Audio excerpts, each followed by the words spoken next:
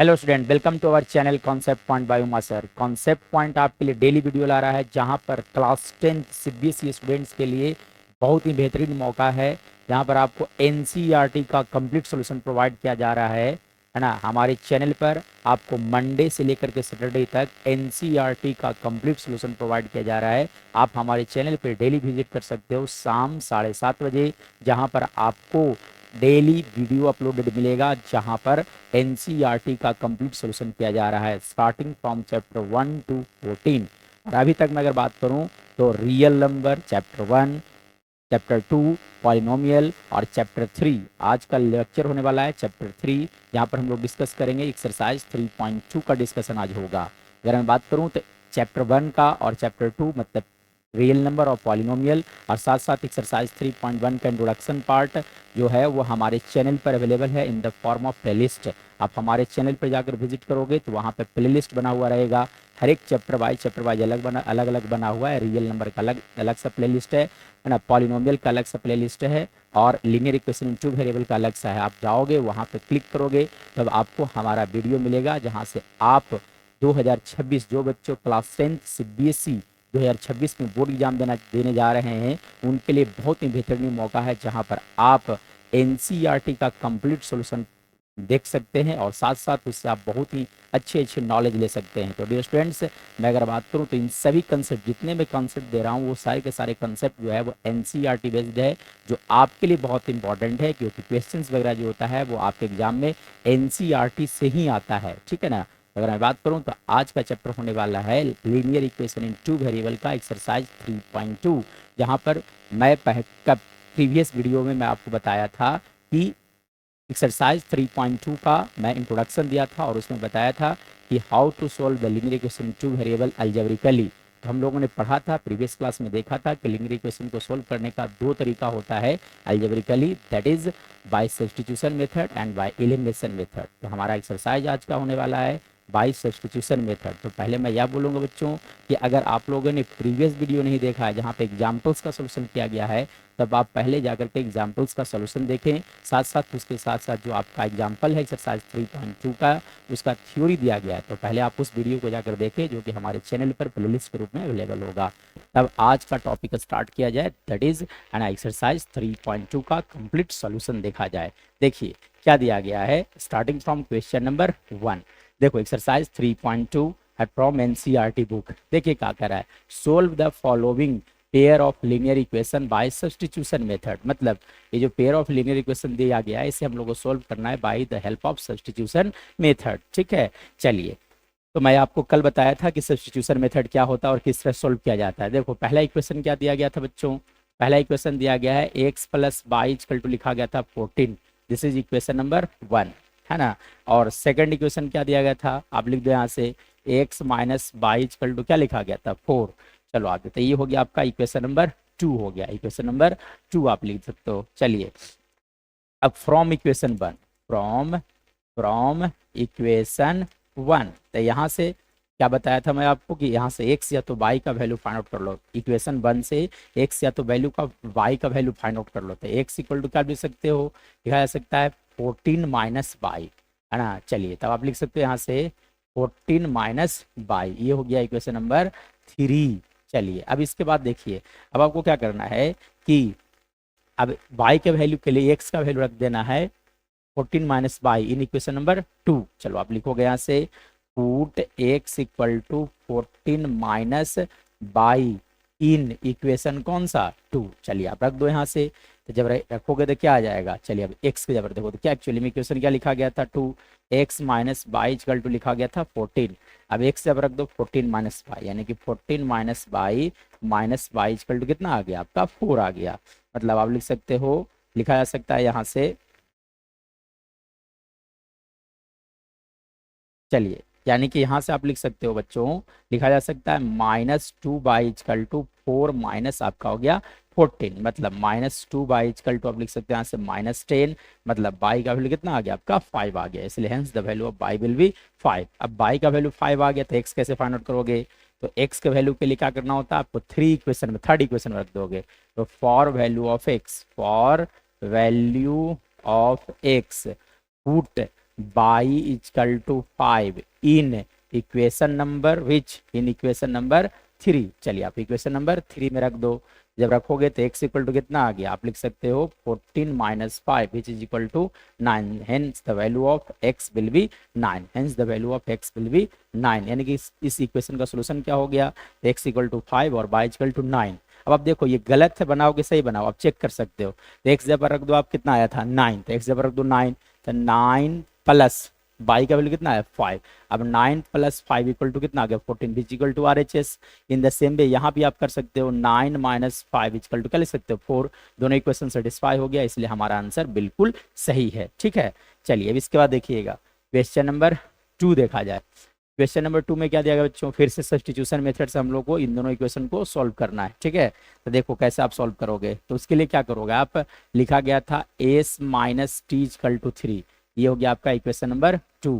और equation number 3 क्या दिया गया था, s by 3 plus t by 2 equal to कितना लिखा गया था 6। चलिए अब आप देखो यहाँ से, तो यहाँ से एस का वैल्यू फाइंड आउट कर लो। तो एस इक्वल टू क्या लिख सकते हो आप 3 प्लस टी, ये हो गया क्वेश्चन नंबर आपका 3 हो गया। चलिए और ये हो गया आपका इक्वेशन नंबर 2। चलिए अब आप यहाँ से क्या करोगे कि s का जो वैल्यू आया put s equal to 3 plus 2 in equation number which, in equation number 2। चलिए यानी कि s के जब रख दिया जाए, तो जब s के जब रखोगे तो क्या आ जाएगा, लिख सकते हो आप यहाँ से 3 प्लस टी डिवाइडेड बाई 3, अब प्लस लिखे जा सकते हैं t बाई 2 इक्वल टू लिख सकते हो आप यहाँ से 6। चलो आप यहाँ से एलसीएम ले लो, यहाँ से एलसीएम कितना आ गया आपका 6, 2 से मल्टीप्लाई करोगे 6 प्लस 2t प्लस लिख सकते हो आप यहाँ से 3t इक्वल टू कितना आ गया आपका 6 आ गया। मतलब यहाँ से कहा जा सकता है कि लिख सकते हो आप 5t plus 6 is equal to लिख सकते हो आप यहाँ से 36। मतलब यहाँ से लिख सकते हो आप 5t इक्वल टू 30, मतलब t equal to 30 by 5, cut गया दोनों तो कितना आ गया 6, hence the value of t will be 6, hence the value of t will be 6। अब आप फाइंड आउट कर लो x का वैल्यू, तो x का वैल्यू कहाँ से आएगा, यहाँ से आएगा। यानी कि फिर से आप लिखोगे कि for value of s put t is equal to 6 in equation number कौन सा 3 में रखना है आपको। ठीक है, चलिए तो रखो गया, तो s इक्वल टू कितना आ गया, s इक्वल टू लिखा गया था बच्चों 3 प्लस टी, मतलब 3 प्लस 6 दोनों को ऐड कर दो कितना आ गया 9, इसलिए hence the value of s will be 9। यानी कि the solution of this equation will be, है ना, s इक्वल टू 9 एंड साथ साथ आप लिखोगे क्या t equal to 6 is the solution of this given linear equation in 2 variable. चलिए इसके बाद देखिएगा क्वेश्चन नंबर 3 देखा जाए। 3 नंबर में क्या दिया गया है, फिर से सब्स्टिट्यूशन मेथड से सॉल्व करना दोनों इक्वेशन को। चलो आप देखो पहला इक्वेशन में क्या लिखा गया था, एक्चुअली में देखो ये जो इक्वेशन लिखा गया है दोनों इक्वेशन को अगर आप प्यार से देखोगे तो पहला इक्वेशन में देखो क्या लिखा गया 3x minus y equal to 3। Second equation में आप देखो तो सेकेंड इक्वेशन में क्या लिखा गया है 9x minus 3y equal to 9। अब इन दोनों इक्वेशन को अगर आप देखोगे तो दोनों एक ही इक्वेशन है। बोलो सर ऐसा कैसा, ऐसा इसलिए क्योंकि देखो जब आप यहाँ से सेकंड इक्वेशन से, जब आप सेकंड इक्वेशन से, ये देखो इक्वेशन नंबर 1 है, ये इक्वेशन नंबर कौन सा है 2 है, जब आप सेकंड इक्वेशन से 3 कॉमन लोगे तो क्या लिखा जाएगा 3x minus y equal to 9, मतलब 3 से 3 कैंसिल आउट हो गया, मतलब क्या लिख सकते हो आप यहाँ से 3x minus y equal to कितना आ गया 3। अब आप देखो तो दोनों इक्वेशन सेम है। अगर मैं बात करूँ सेकंड इक्वेशन और इक्वेशन नंबर 1 दोनों को दोनों सेम है। जब दोनों इक्वेशन सेम होता है तो उसे बोला जाता है इनफाइनाइटली मेनी सॉल्यूशन। और जब इनफाइनाइटली मेनी सॉल्यूशन होगा तो इन दोनों इक्वेशन का इतना सारा सॉल्यूशन निकलेगा कि we can not find them. ठीक है, नहीं बहुत सारा सॉल्यूशन होगा, इसलिए है ना there will be infinite number of solutions, so we can not find them. बल्कि आप लिख सकते हो the system of equation has infinitely many solution, है ना, तब आप लिख सकते हो यहाँ से क्या लिख सकते हो इनफाइनाइटली मेनी सॉल्यूशन होगा और इतना सारा सॉल्यूशन होगा कि आप फाइंड नहीं कर सकते हो। इसलिए है ना आपको यहाँ से x और y का वैल्यू फाइंड आउट नहीं करना है, बल्कि सिर्फ और सिर्फ लिख लेना है द सिस्टम ऑफ इक्वेशन है infinitely many solution, so we can not write all the solutions in one line or in one pages। ठीक है ना, चलिए इसके बाद देखा जाए क्वेश्चन नंबर 4 क्या दिया गया है ना, क्या बोला गया है कि ये लिखा गया फिर से सब्स्टिट्यूशन मेथड से सॉल्व करना दोनों इक्वेशन को। तो पहला इक्वेशन क्या लिखा गया था बच्चों 0.2x 0.3 बाई इक्वल टू क्या लिखा होता है 1.3। चलो आप पॉइंट से पहली बार पॉइंट से छुटकारा पढ़ लो, तो जब पॉइंट हटाओगे तो कितना नीचे में आ जाता है 10, यानी कि 2x/10 प्लस आप लिख सकते हो 3y/10 इक्वल टू लिखे जा सकते हैं 13/10। चलो आप 10 एलसीएम ले लो, तो 10 एलसीएम लो तो क्या आ जाएगा 2x plus 3y equal to 13। ये हो गया इक्वेशन नंबर 1। चलिए उसके बाद देखो आप इक्वेशन नंबर 2, तो इक्वेशन नंबर 2 को आप लिख सकते हो 4x/10। देखो जब पॉइंट हटाओगे तो 4x/10 प्लस क्या लिख दोगे आप 5y/10 इक्वल टू लिख सकते हो 23/10। मतलब यहाँ से कहा जा सकता है 4x plus 5y equal to कितना आ गया 23। This is condition number 2। और मैं आपको बताया था कि जब भी सब्स्टिट्यूशन मेथड सॉल्व करना होगा तो किसी एक इक्वेशन से x या तो y का वैल्यू निकाल लो, उसको दूसरे इक्वेशन में रखो। तो फ्रॉम इक्वेशन 1, फ्रॉम इक्वेशन 1। चलिए तो इक्वेशन 1 से आप देखो तो क्या लिखा गया था 2x plus 3y equal to दिया गया था आपका 13। चलो तो यहाँ से x का वैल्यू क्या लिख सकते हो आप 13 माइनस 3y डिवाइडेड बाई 2। चलिए अभी हो गया equation number 3, this will be equation number 3, ठीक है ना। चलिए इसके बाद आप क्या करोगे, तब देखो इसके बाद लिखोगे कि for value of y put, ठीक है ना, put x equal to 13 minus 3y/2 in equation number 2। चलिए इक्वेशन नंबर 2 में रख दिया जाए।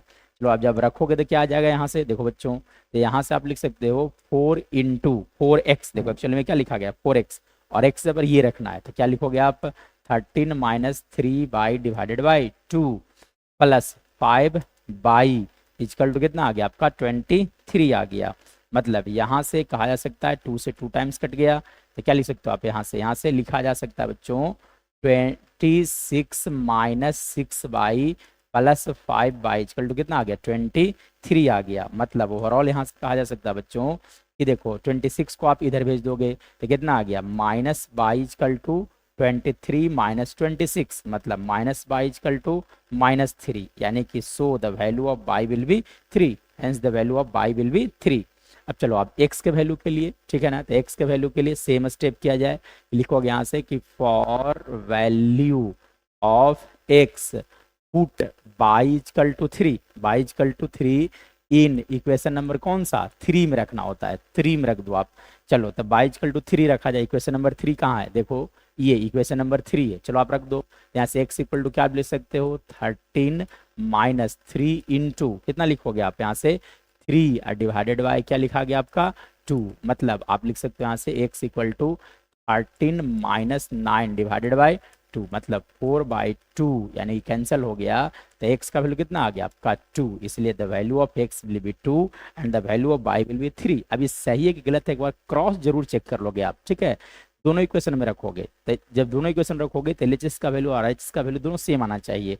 देखो रख करके देखो, अगर सेम आता तो सही है, नहीं तो फिर गलत हो जाएगा आपका।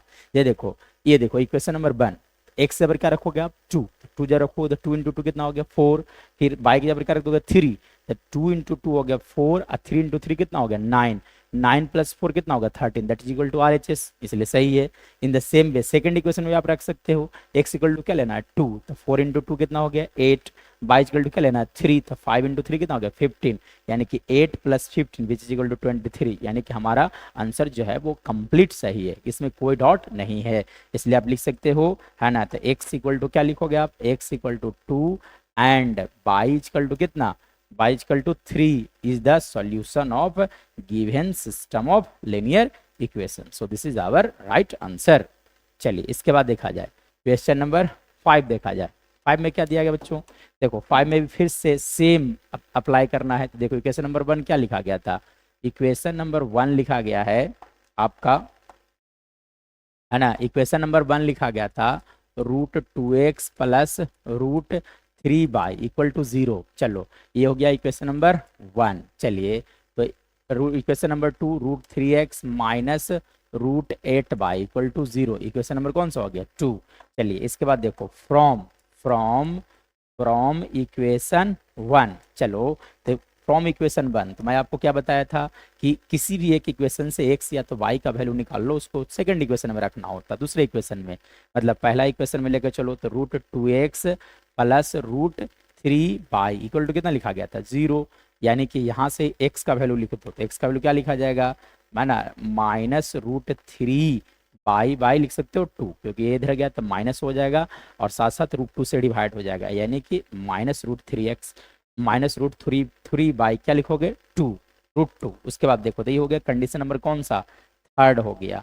अब x के वैल्यू के लिए क्या करते हैं कि है ना कि for value of x put, ठीक है ना, sorry for value of y, है ना, for value of y put x equal to -√3 y divided by √2 in equation number second. चलो आप रख दो यहाँ से सेकंड इक्वेशन में, तो सेकंड इक्वेशन में जब रखोगे तो कितना आ गया, लिख सकते हो आप √3 इंटू, है ना, x के पर क्या लिख देना है -√3 बाई डिवाइडेड बाई √2, ठीक है, और यहाँ से -√8 बाई एक्चुअली में, ठीक है ना, तो √8 बाई इक्वल टू कितना आ गया 0 आ गया।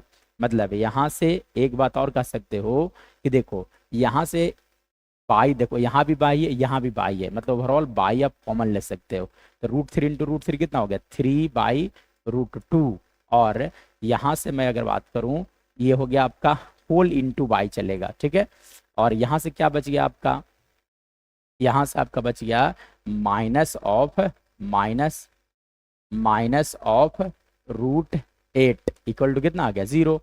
मतलब अब बाई का वैल्यू कैसे निकालोगे, ये जाएगा इधर डिवाइड में, तो बाई इक्वल टू कितना आ गया 0 डिवाइडेड बाई -3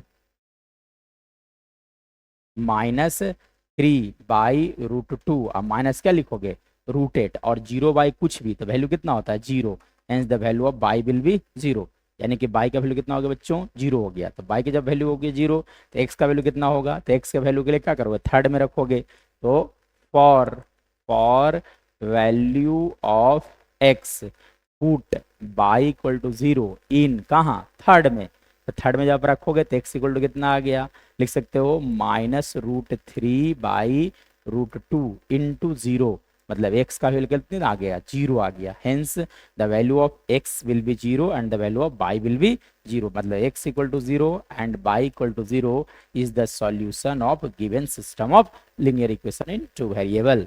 चलिए इसके बाद देखा जाए क्वेश्चन नंबर 6 देखा जाए, 6 में क्या दिया गया है, ठीक है ना, चलो तो 6 में क्या दिया गया है दोनों इक्वेशन, तब वो पहला इक्वेशन को थोड़ा सिंप्लीफाई कर लो आप, 3x बाई 2 अब -5/3 इक्वल टू कितना लिखा गया था -6।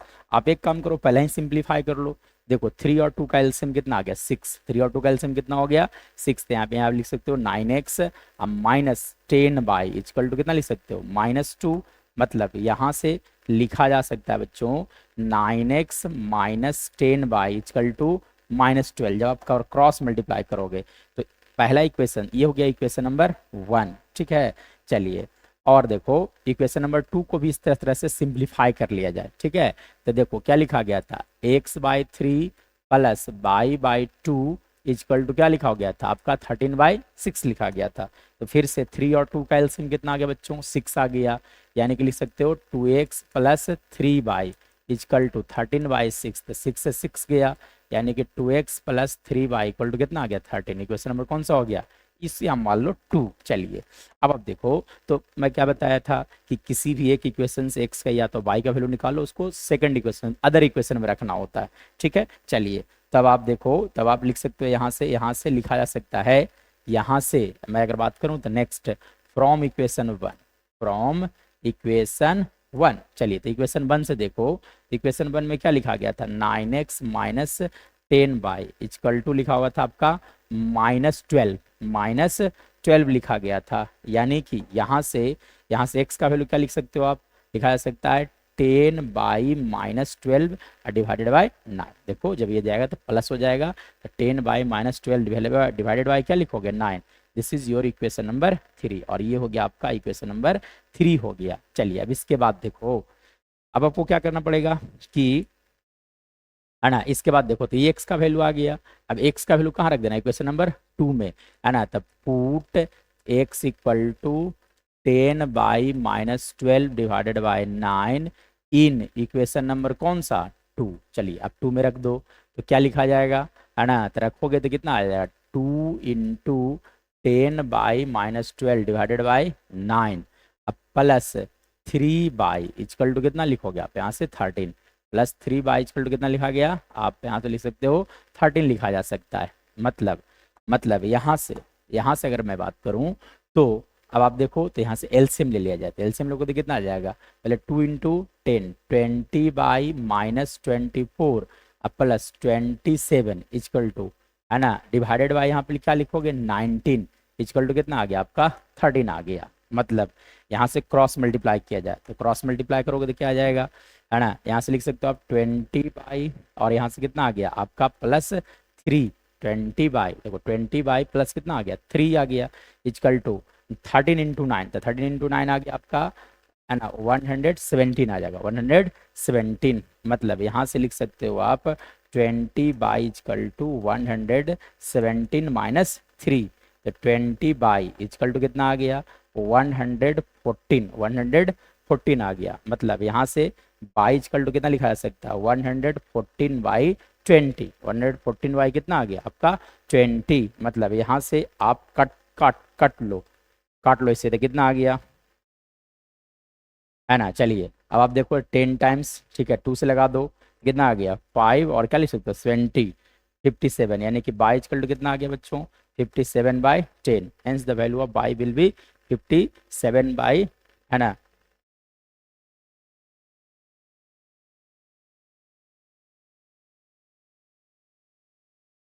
कहीं क्रॉस चेक कर लिया जाए, 1 मिनट देखिए। तो पहला इक्वेशन क्या लिखा गया था 3x/2 - 5y/3, चलो आप यहाँ से 3 और 2 का एलसीएम 6 ले लो, तो 6 ले लेते हैं 9x - 10y इक्वल टू, तो 9x - 10y इक्वल टू कितना आ गया -12। सेकेंड इक्वेशन से आप देखो तो 2x + 3y 13 से 13 गया, ठीक है। चलिए इसके बाद देखिएगा, उसके बाद हमने क्या किया इक्वेशन नंबर 1 से हमने क्या किया x का वैल्यू फाइंड आउट कर लिया, तो ये हो गया। और x का वैल्यू हमने क्या किया सेकेंड इक्वेशन यहाँ रखा, है ना, इस इक्वेशन में रखा, तो 10/-12 2 से मल्टीप्लाई था 27 11 से, ओ एक्चुअली में देखो यहाँ पे देखो 27 लिखा गया है, देखिए यहाँ पर देखो तो यहाँ 27 लिखा गया है और यहाँ पर मैं क्या लिख दिया 3 लिख दिया, इसलिए थोड़ा सा गलत हो गया। चलिए देखिए इसके बाद देखो आप यहाँ से,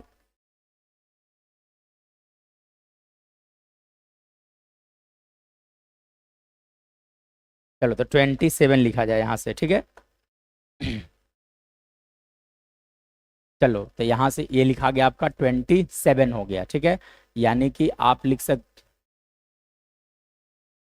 27 बाई,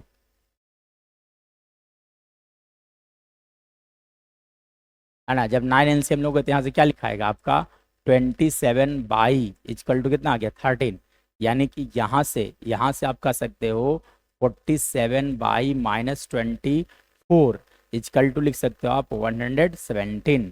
मतलब यहाँ से लिखा जा सकता है 47 इक्वल टू 171 + 24। चलो आप 47 इक्वल टू, है ना, 7 4 11 हो गया और फिर, है ना, 13 कितना हो गया 14 हो गया, ठीक है।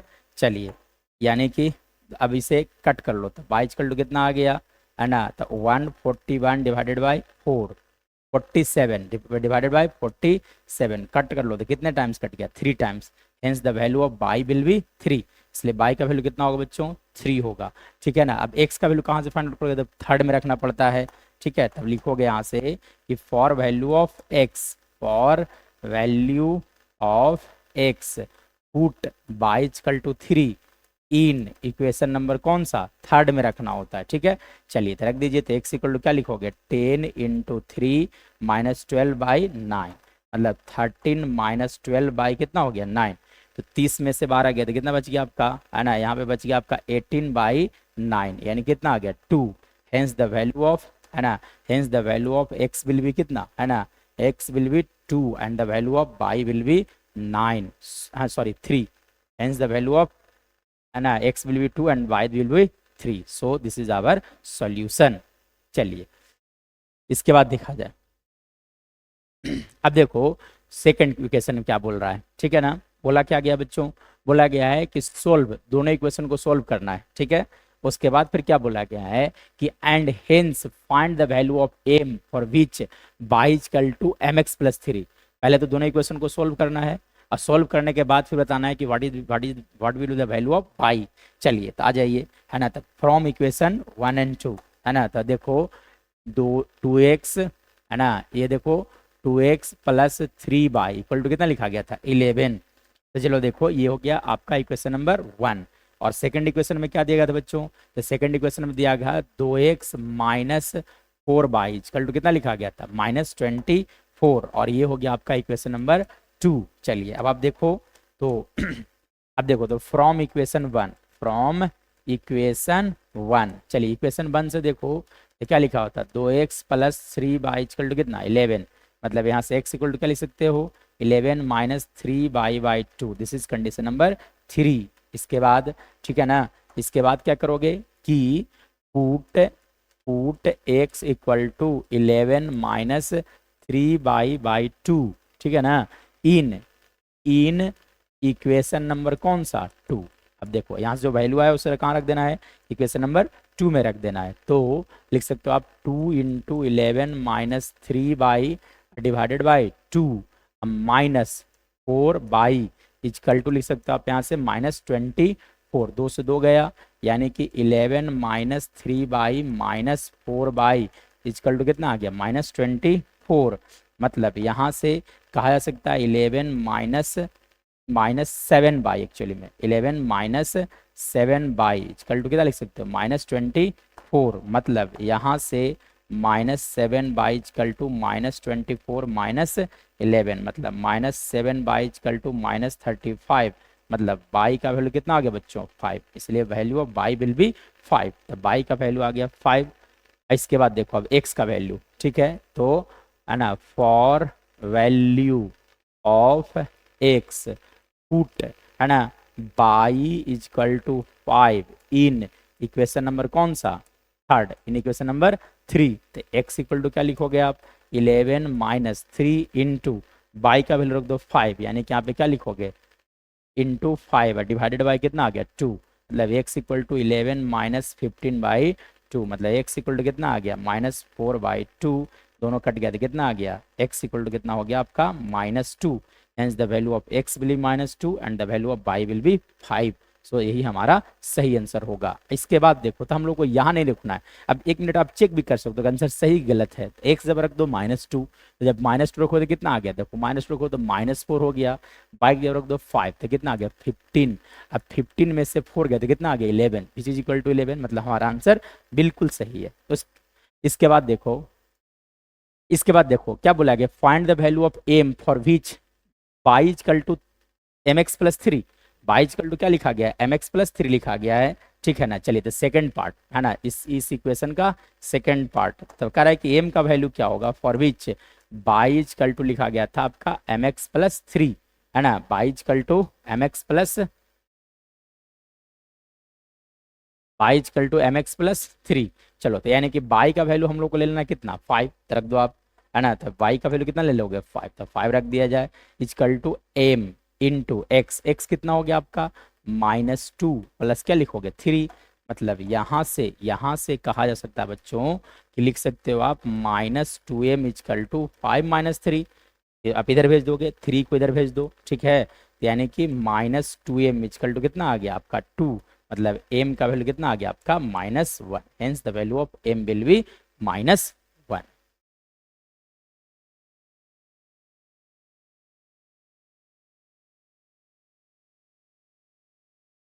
चलिए इसके बाद देखा जाए क्वेश्चन नंबर 3 क्या बोला गया है ना। देखो क्या बोला गया है कि form the pair of linear equation for the following problems and find their solution bye substitution method. मतलब कि अभी तक हम लोगों ने क्या देखा कि इक्वेशन दिया हुआ था, वहां से x और y का वैल्यू हम लोग फाइंड आउट कर रहे थे। लेकिन अब क्या करना होगा कि आपको इक्वेशन बनाना होगा और इक्वेशन बनाने के बाद दोनों को सॉल्व भी करना पड़ेगा। मतलब आपका काम अब हो गया दोगुना, ठीक है। चलिए मतलब कि इस तरह के क्वेश्चंस को कैसे सॉल्व करेंगे बच्चों, तो इसका डिस्कशन मैं करूंगा नेक्स्ट वीडियो में, ठीक है। तो इसके लिए आपको क्या करना है, हमारे चैनल पर बने रहना है, जहां पर आपको एनसीईआरटी का कंप्लीट सॉल्यूशन प्रोवाइड किया जा रहा है। एनसीईआरटी का A to Z solution provide किया जा रहा है। आपको हमारे चैनल पे बने रहना है, डेली मंडे से लेकर के सैटरडे तक आपको विजिट करना हमारे चैनल पर, जहां पर आपको वीडियो एनसीईआरटी का मैथमेटिक्स का कंप्लीट सॉल्यूशन प्रोवाइड किया जा रहा है उन सभी बच्चों के लिए जो कि क्लास 10th 2026 में सीबीएसई बोर्ड एग्जाम देने जा रहे हैं। उन सभी बच्चों के लिए बहुत ही महत्वपूर्ण सीरीज चल रहा है, जहां पर आप पूरे एनसीईआरटी को सीख सकते हो। सो डियर स्टूडेंट्स, अब अगले क्लास में मिला जाएगा और मैं बताऊंगा कि क्वेश्चन नंबर 3 को आप कैसे सॉल्व करोगे। That's all for today, we will meet in the next video.